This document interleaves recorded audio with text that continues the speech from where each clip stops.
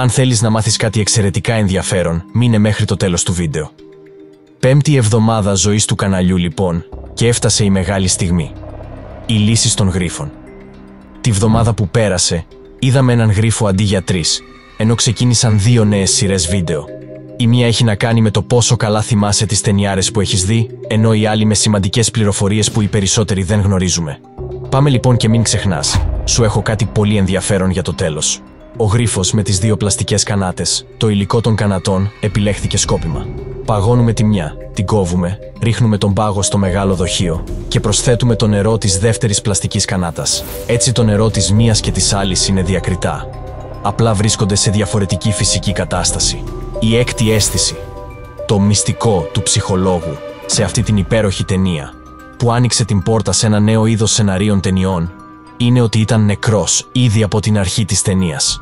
Ο ψυχολόγος Malcolm Crowe, τον οποίο υποδίεται ο Bruce Willis, είναι νεκρός από την αρχή της ταινίας, όταν τον πυροβολεί ένας από τους ασθενείς του στο σπίτι του, γεγονός που αποκαλύπτεται στο τέλος της ταινίας.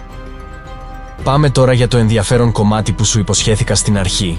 Το πρώτο βίντεο από μια σειρά πολλών αντίστοιχων που θα ακολουθήσουν στο μέλλον, σχετικά με σημαντικές πληροφορίες που δεν γνωρίζουμε οι περισσότεροι, αφορά τον πετριχώρα ή πετριχόρ.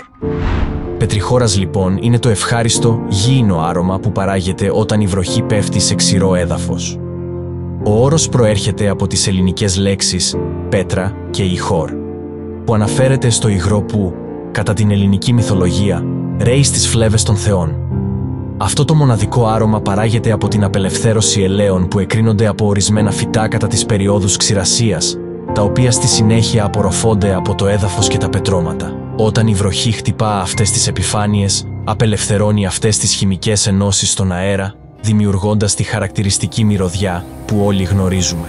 Αυτό το φαινόμενο δεν είναι μόνο απολαυστικό, αλλά προκαλεί επίσης μια βαθιά σύνδεση με τον φυσικό κόσμο, φέρνοντας συχνά μια αίσθηση ανανέωσης ή νοσταλγίας. Αυτά για σήμερα. Σε ευχαριστώ που έμεινες μαζί μου.